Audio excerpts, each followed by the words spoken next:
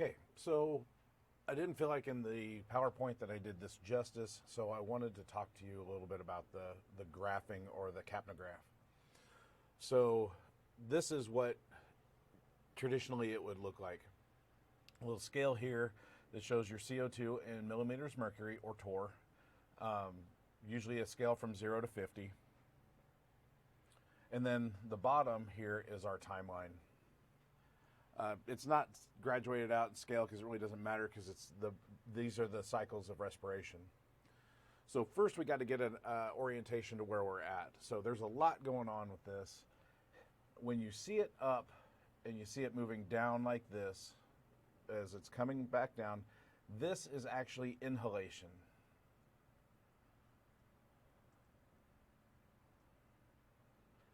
So you're breathing in and it's dropping. So this is the level of CO2. So as you're inhaling, there is no CO2 present in the air coming in. So this is coming down to 0. Now point A here to point B is phase 1. So from here to here is phase 1. And this is late inspiration to early expiration, where dead space is being emptied or filled, depending on how you want to look at it. So as we're taking a breath, we're coming off of a exhale. We've relaxed, and now we're actively inhaling, and that starts here at where it starts to trend down is where we're starting to inhale. And as we follow it down and we hit A, that is late inhalation where it's starting to slow down. And we move across here, and this is phase 1.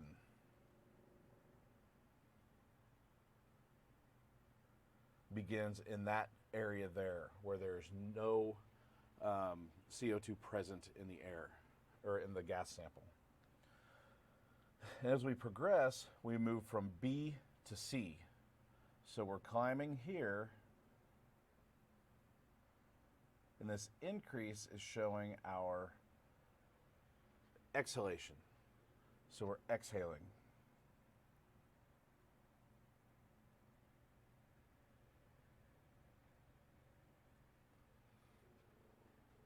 So now all of our intercostals and our diaphragm are relaxing, and our chest is shrinking, increasing the pressure, and exhaling. And this is where we this is where we start to measure the CO2. So it's coming up, the gas sample is being sampled. Our end tidal CO2 is coming up because the base of the last of the air coming out is going to be the highest concentration of CO2. And that's where we hit, and then we start this plateau between C and D.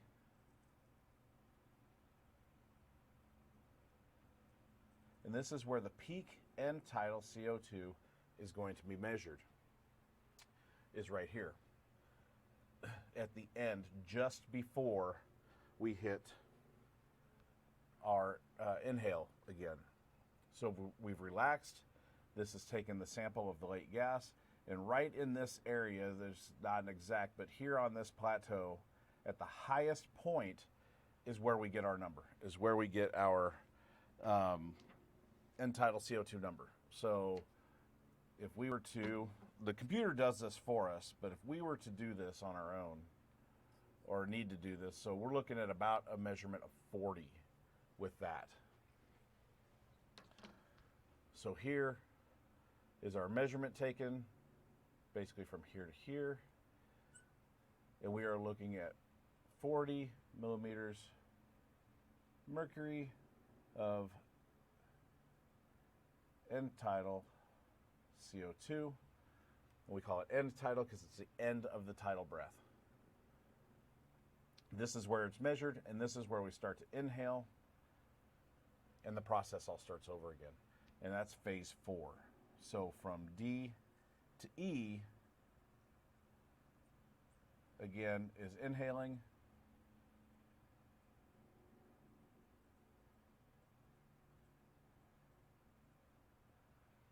And that becomes the start over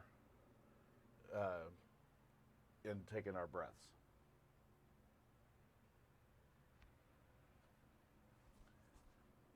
guess E and A would be just about the same thing.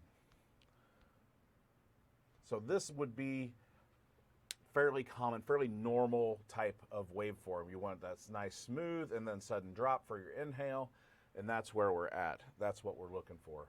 Now, we discussed problems that you might see and different patterns that you may see with this, and we'll talk about those in just a second. Let me get set back up. Okay, so now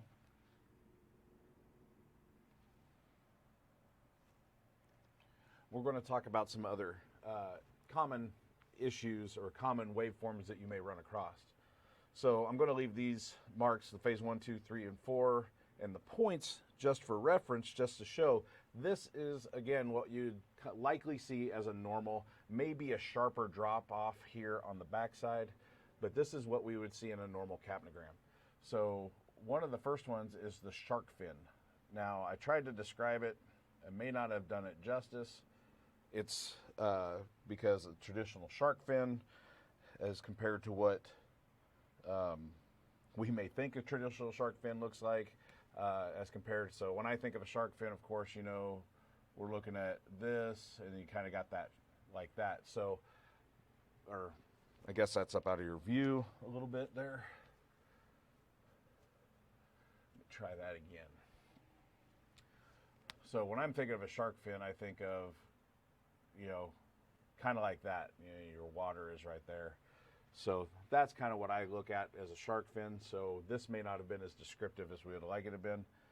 So we come up and we angle up and then we drop. So this is what we're talking about in a shark fin style or shark fin type waveform. Instead of that nice plateau like we had, you know, here I'll dot in normal. Instead of normal like we had, we now have this sharper angle and sharper peak here at the back for the end tidal, and that is our shark fin. And this is going to be commonly found in your COPD or your obstructed patients, your chronically obstructed patients. They're going to have something similar to this.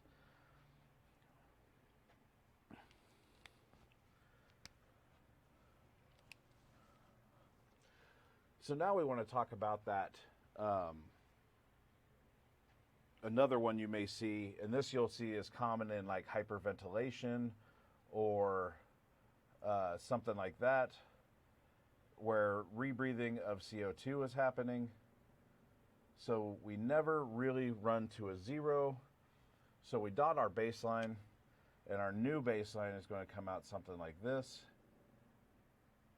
It's going to look similar, except it's going to be raised. So you're going to have a constant measure of end tidal CO2, or maybe not end tidal, but you're going to have a constant measure of CO2. It'll never drop to zero. It'll always stay unless they are not rebreathing. It will stay as a measurement. It will not go to zero until the correction in whatever is wrong with the respiratory system is fixed, or whatever is wrong with their respiratory rate, until we can get them to calm down, coach them, calm them down, get them back to a normal respiratory rate. The baseline is going to continue to be higher. You get the kind of the idea. This is not working for me for whatever reason.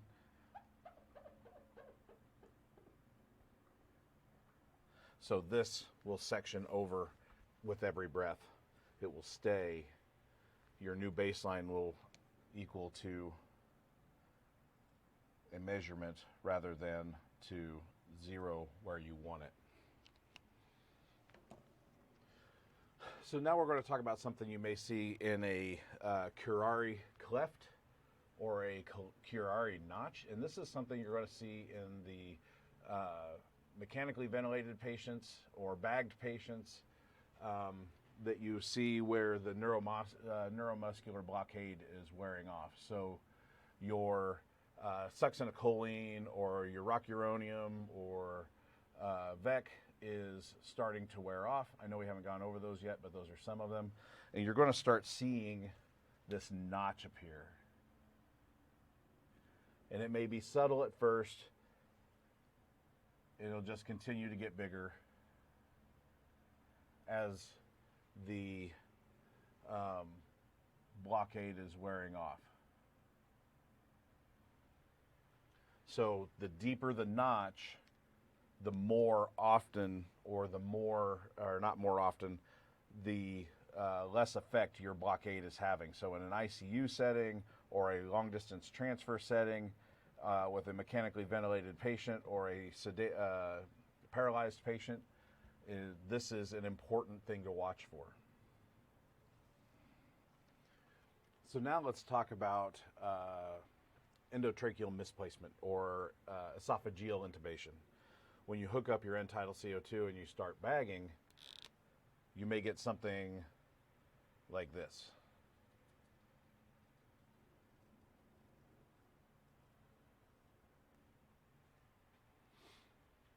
It's because you're not in the lungs, so there's no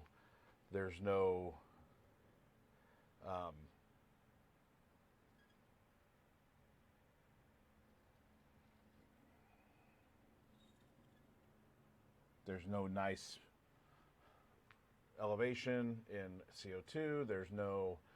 It's just going to stay at a baseline. Probably could have picked a different color to do that with, but that's okay. So this is going to be your endotracheal, esophageal intubation. You're not in the trachea or above the trachea. So now we're looking at a persistently low end tidal CO2, so at 20. We want to be between 35 and 45. Those are our hallmarks. We want to be in this range here. And that'll make more sense when we get into acid-base balance and stuff like that. But these are your hallmarks, between 35 and 45. So if we're persistently low, there's several things that could be going on. Cellular respiration or peripheral perfusion and gas exchange is not happening, and it's not that CO2 is not being exchanged with oxygen at the periphery due to inadequate cardiac perfusion or not cardiac perfusion, inadequate cardiac output due to, this could be a CPR. This could be, patients in cardiac arrest, so CPR is taking place. So this is what it looks like. This could be due to increased dead space, so meaning not as much lung tissue is being ventilated, it's all dead space, or a portion of lung has a blockage in the venous system causing I'm blanking out here, guys, sorry. Pulmonary embolism. So now you got a pulmonary embolism and it's just shunted all the blood away from that part of the lung. So now you've lost that gas exchange. You've lost that ability for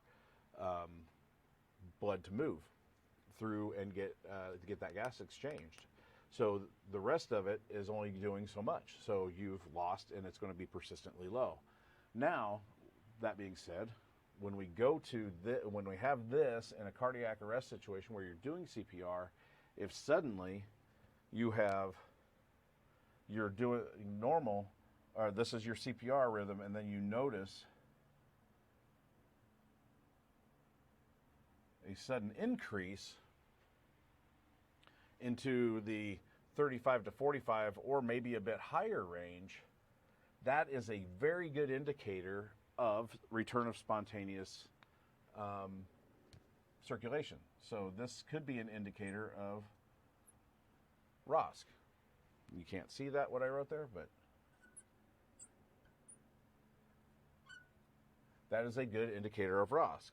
Going from here to here, showing that end tidal increase is a good thing. So what happens when you're going along and all of a sudden you get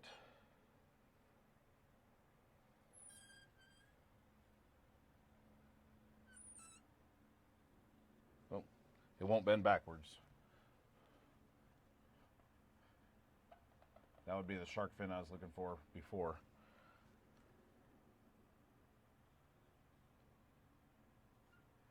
Okay, so when you start seeing a pattern like this, start looking for mechanical reasons. Either you have a leak in your around your cuff has become deflated on your ET tube, there's a leak, and air is escaping and other air is getting in, you're not ventilating effectively enough anymore, there's a problem. You need to look for that. This is commonly a leaky ET tube cuff.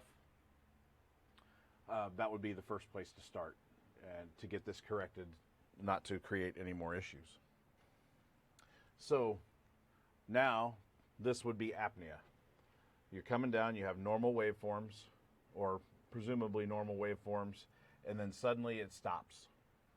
This would be your spontaneous respiratory patient. This would be your patient that's potentially on a nasal cannula monitor or sampling tube, something of that nature, intubated potentially. This is indicating either somebody has stopped bagging or the patient is not breathing on their own anymore. Something has happened that they are no longer breathing, whether this is a medical patient that you decided a nasal cannula would be appropriate for, and they've gone unconscious and you're looking for a reason why. Well, they stopped breathing or something of that nature. This is, or you're on a long transfer and your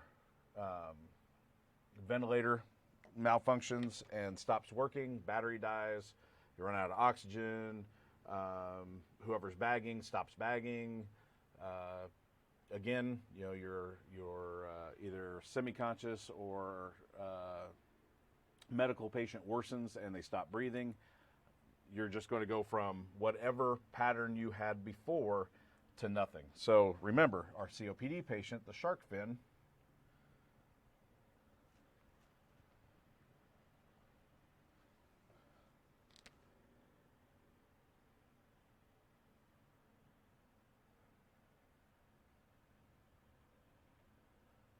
this could be your COPD patient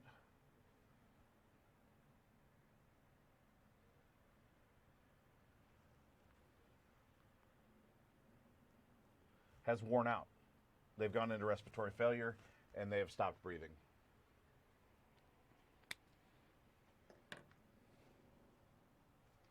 What we're looking at here is, if you notice, you have a progressive lowering of your end tidal CO2, and probably a little faster rate. Well, not probably, it would be. This is consistent with hyperventilation.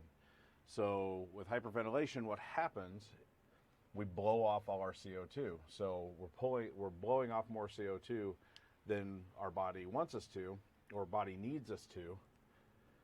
And so we're starting to drop, and this is what this is showing. This would be the representation of a patient who is not controlling their breathing effectively. So they are becoming more and more hypocarbic, or whatever you want to call it, before they're as they're hyperventilating. Now, kind of along those same lines, if you go the exact opposite thing happening and you start to see the trend increasing, and of course you're going to see your rate of respiration spread out, meaning the respirations are becoming slower, we're going to have hypoventilation, meaning breathing too slowly. Well, that's too, that could be therapeutic. That could be doing what you're wanting it to do because you're bagging your patient and they are hypocarbic. They don't have their end tidal is too low, so you're slowing down their respirations for them to make up for that and to build up that carbonic acid within the blood and increase CO2 levels back to normal.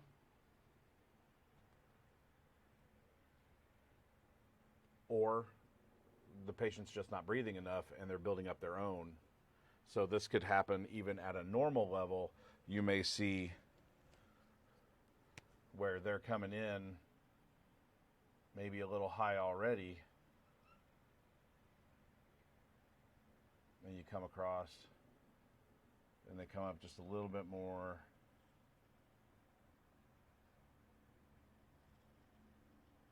If you see that starting to happen, chances are now see you're at a normal range and you're increasing to abnormal. Is their respiratory drive depressed due to drugs and alcohol? Is it depressed due to injury?